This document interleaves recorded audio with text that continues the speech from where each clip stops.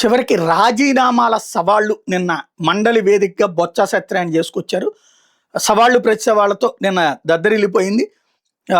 వైఎస్ఆర్సీపీ సభ్యుడు P Chandrasekhar Reddy governor చేత అవాస్తవాలు చెప్పించారంటూ మాట్లాడుతూ తల్లికి వందనం పథకం కింద మొదటి ఏడాది ₹1 పడలేదు, రెండో ఏడాది పూర్తిగా 15,000 ఇవ్వకుండా తగ్గించి ఇచ్చి గవర్నర్ చేత మాత్రం పూర్తిగా ఇచ్చేసినట్టు అవాస్తవాలు చెప్పించారని ఎత్తి చూపారు.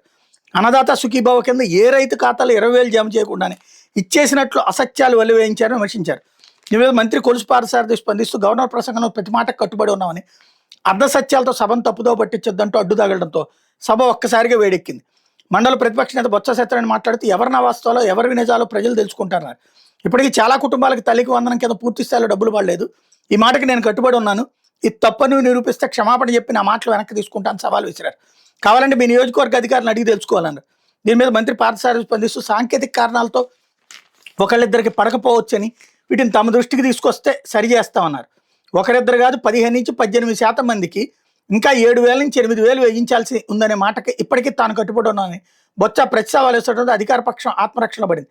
ఆధారాలు ఇస్తే తాను ఏ శిక్షకైనా సిద్ధమని, అన్నదాత సుఖీభావ కూడా పడలేదంటూ తప్పుడు సమాచారం చెప్తున్నాను మంత్రి పార్థసారథి చర్చను పక్కదోవ పట్టించే ప్రయత్నం చేశారన్నది సాక్షి రాసుకొచ్చింది. ఇది పెద్దల సభని, తాము తప్పుడు సమాచారంతో సభను తప్పుదోవ పట్టించామని నిరూపిస్తే బేషరతుగా క్షమాపణ చెప్తుంటూ బొత్స మరోసారి స్పష్టం చేశారు.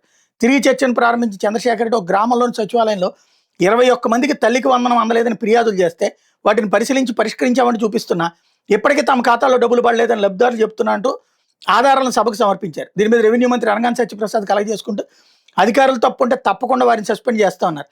ల్యాండ్ టైటిలింగ్ యాక్ట్పై ప్రజల్లో భయాందోళన సృష్టించి రద్దు చేసినట్టుగా ప్రకటించి వేరే పేరుతో దాన్ని కొనసాగిస్తున్నారని చంద్రశేఖర్ రెడ్డి తప్పుపట్టారు. గ్రామ వార్డు సచివాలయాల పేర్లు మార్చి ఇప్పుడు ఇంటి వద్దకే పౌర సేవలు అంటున్నారు. చంద్రబాబు 14 ఏళ్ళు సీఎంగా ఉండి కొత్తగా 2 జిల్లాలు తీసుకొచ్చారు. తొలిసారి ముఖ్యమంత్రి అయిన జగన్ ఏకంగా ఒకేసారి కొత్తగా 13 జిల్లాలు తీసుకొచ్చారు. తద్వారా ఎవరు విజన్ ఉన్న ముఖ్యమంత్రి ఇట్టే తెలుస్తుందంటూ చంద్రశేఖర్ రెడ్డి అన్నారు.